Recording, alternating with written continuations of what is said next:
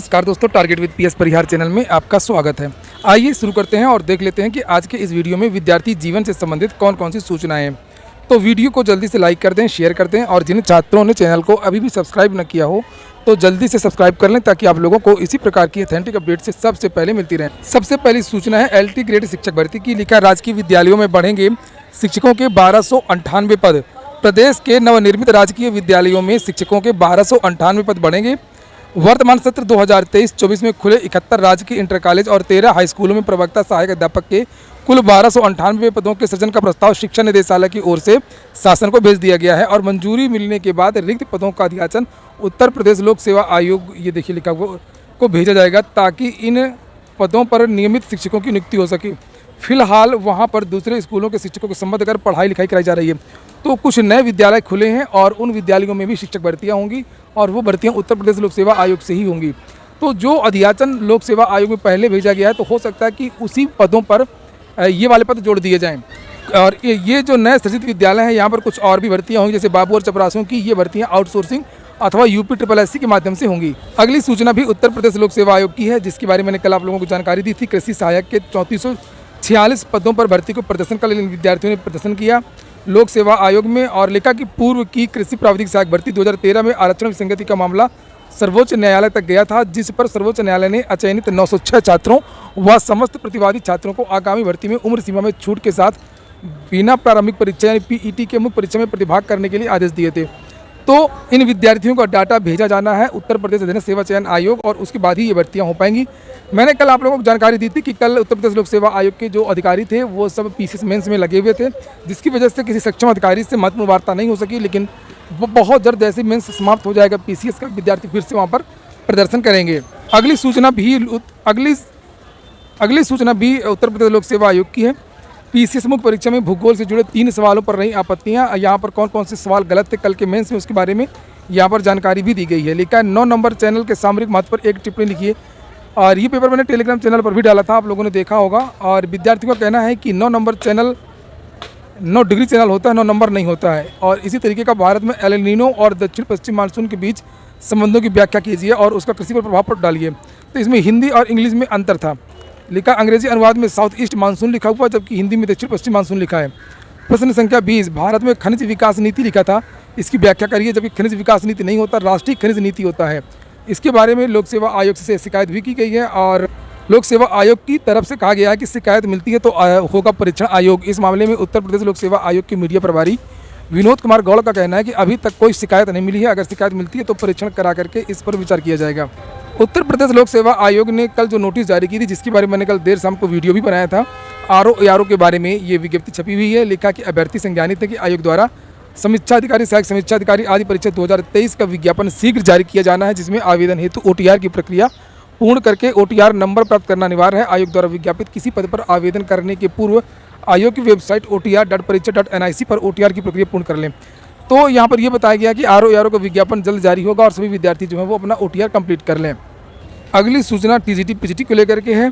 लिखा है विज्ञापित पद एवं नए अधियाचन पर उलझे अभ्यर्थी रिक्त पदों का विवरण जुटा करके भर्ती करने के CM के निर्देश के बाद एडेड माध्यमिक विद्यालयों की शिक्षक भर्ती के विज्ञापित पदों पर या नया अधियाचन मंगाकर जोड़ते हुए परीक्षा कराने को लेकर के प्रतियोगी असमंजस में है कि जो पद रिक्त हैं जो बताए गए माध्यमिक में वो इसमें जोड़े जाएंगे या नया विज्ञापन जारी होगा। वर्तमान में उत्तर प्रदेश माध्यमिक शिक्षा चयन बोर्ड में अध्यक्ष और सदस्य नहीं होने से शिक्षक भर्ती के लिए गठित हो रहे राज्य शिक्षा सेवा चयन आयोग के अस्तित्व में नहीं होने से तस्वीर भी स्पष्ट नहीं है। TGT PGT के 4163 पदों पर भर्ती के लिए चयन बोर्ड ने जुलाई 22 में ऑनलाइन आवेदन लिया था। इसमें करीब 13 लाख आवेदन मिले हैं, लेकिन परीक्षा नहीं हो सकी है। इस भर्ती को लेकर के प्रतियोगी छात्र प्रतिनिधिमंडल के शीतला प्रसाद ओझा चयन बोर्ड के सचिव नवल किशोर से मिले। उनके अनुसार सचिव ने बताया कि विज्ञापित पद पर परीक्षा या नया अधियाचन लेकर परीक्षा कराने के संबंध में बोर्ड ही निर्णय ले सकता है कि जो पुराना विज्ञापन जारी हुआ था उसी पर परीक्षा होगी या जो नया अधियाचन आया उसके लिए अलग से परीक्षा होगी। इधर प्रतियोगियों ने मांग की है कि इस भर्ती का विज्ञापन जारी करते हुए वर्ष भर से ज़्यादा समय बीत चुका है और इस बीच रिक्त पदों की संख्या बढ़ गई है। इस कारण नया अधियाचन मंगा करके 22 की भर्ती में जोड़ते हुए परीक्षा करवाई जाए। पुलिस कांस्टेबल भर्ती सरकार की तरफ से चूंकि साफ किया गया था कि उम्र सीमा में छूट नहीं दी जाएगी, उसी के संबंध में विद्यार्थी कोर्ट चले गए हैं और यहाँ पर उसके बारे में जवाब तलब हुआ है। लिखा इलाहाबाद हाई कोर्ट ने 55,699 पदों पर उत्तर प्रदेश पुलिस भर्ती 2023 में आयु सीमा की छूट को लेकर के दाखिल याचिका पर राज्य सरकार से 4 सप्ताह में जवाब मांगा है। हाईकोर्ट ने यह आदेश सतवीर व 11 अन्य की याचिकाओं पर सुनवाई करते हुए दिया है। याचिका में कहा गया है कि उत्तर प्रदेश आरक्षी भर्ती के लिए समान वर्ग के लिए आयु सीमा 18 से 22 वर्ष के बीच में है। तो बहुत सारे ऐसे विद्यार्थी हैं जो एक बार भी आवेदन नहीं कर पाएंगे जिन्होंने भी हाल ही में इंटर किया होगा, क्योंकि पिछली वैकेंसी 2018 में आई थी। अब 5 वर्ष के अंतराल में 2023 में 52,699 पदों पर भर्ती प्रस्तावित है। तो देखते हैं सरकार इसके बारे में क्या जवाब देती है।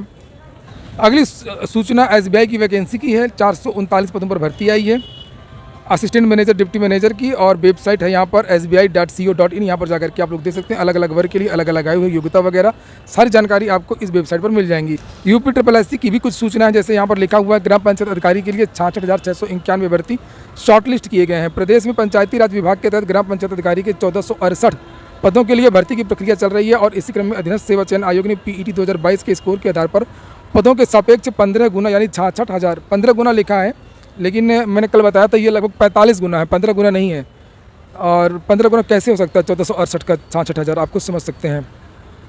अधीनस्थ सेवा चयन आयोग के सचिव अवनीश सक्सेना ने बताया कि 66,691 भर्तियों का परिणाम कट ऑफ अंक वेबसाइट पर अपलोड कर दिया गया। शॉर्ट लिस्ट की गई भर्तियों को परीक्षा के लिए बाद में अलग से जानकारी दी जाएगी। वहीं पर नीचे जो परीक्षाएं होनी है उसके लिए भी कल नोटिस जारी की, उसके बारे में भी जानकारी यहाँ पर दी गई है। अगली सूचना है विधानसभा माह घोटाले की जो भर्ती हुई थी। मैंने बताया एक दिन पूरे आंकड़े भी आप लोगों को दिखाए थे किस तरीके से विधानसभा के जो अधिकारी हैं उनके जो सचिव वगैरह हैं उनके बेटों का भतीजों का चयन हुआ था इस भर्ती में, और हाई कोर्ट ने इसके आदेश दिए थे CBI जांच के। तो अब उसको रोकने के लिए पुनर्विचार की याचिका डाली गई है। विधानसभा और विधान परिषद में भर्तियों की CBI जांच के आदेश पर पुनर्विचार के लिए इलाहाबाद हाई कोर्ट में उत्तर प्रदेश विधान परिषद गुरुवार को अर्जी दी है। कोर्ट इस पर 3 अक्टूबर को सुनवाई करेगी। जस्टिस AR मसूदी और जस्टिस ओम प्रकाश शुक्ला की कोर्ट में परिषद की ओर से अधिवक्ता कांक्षा दुबे ने यह अर्जी दाखिल कर तत्काल सुनवाई की मांग की है और इस पर कोर्ट ने अर्जी को विशेष अपील एवं स्वतः संज्ञान लेकर के दर्ज की गई जनहित याचिका के साथ सूचीबद्ध करने का आदेश दिया है। CBI की ओर से पेश विशेष अधिवक्ता अनुराग सिंह का कहना है कि एजेंसी की ओर से भी एक अर्जी दाखिल कर जनहित याचिका में कुछ निर्देश देने की मांग की गई है। जनहित याचिका में सुनवाई के लिए सहयोग करने के लिए नियुक्त न्याय मित्र लालता प्रसाद मिश्र की ओर से कहा गया है वह खुद को इस केस की सुनवाई से अलग रखना चाहते हैं। कोर्ट ने कहा कि इस पर अगली सुनवाई को आदेश पारित किया जाएगा। एक विशेष अपील और एक याचिका की सुनवाई के दौरान तलब किए गए दस्तावेजों से कोर्ट को प्रथम दृष्टया प्रतीत हुआ कि विधानसभा और विधान परिषद में हुई पिछली नियुक्तियों में अनियमितता थी। इसके बाद कोर्ट ने CBI को इसकी जांच का आदेश दिया। तो ये एक बहुत बड़ा घोटाला उत्तर प्रदेश में हुआ है। देखते हैं आगे क्या होता है, लेकिन जो जानकारियाँ निकल करके आ रही हैं कि जो भी अधिकारी चयनित हुए हैं RO, ARO और मीडिया प्रभारी वगैरह, ये सारे के सारे जो अधिकारी हैं अब सेटिंग में लग गए हैं किस तरीके से CBI जाँच से बचा जाए। अगली सूचना 68,500 की है, लेकिन 5 साल की सेवा पूरी हो गई है लेकिन तबादले से शिक्षक वंचित हैं। परिषदीय प्राथमिक स्कूलों में 68,500 सहायक अध्यापक भर्ती में चिंतित हजारों शिक्षक 5 साल की सेवा पूरी होने के बावजूद अंतर जनपदीय पारस्परिक तबादले से वंचित हैं। तो ठीक है दोस्तों, ये हो गया आज का वीडियो। आपको अच्छा लगा हो काम को तो लाइक अवश्य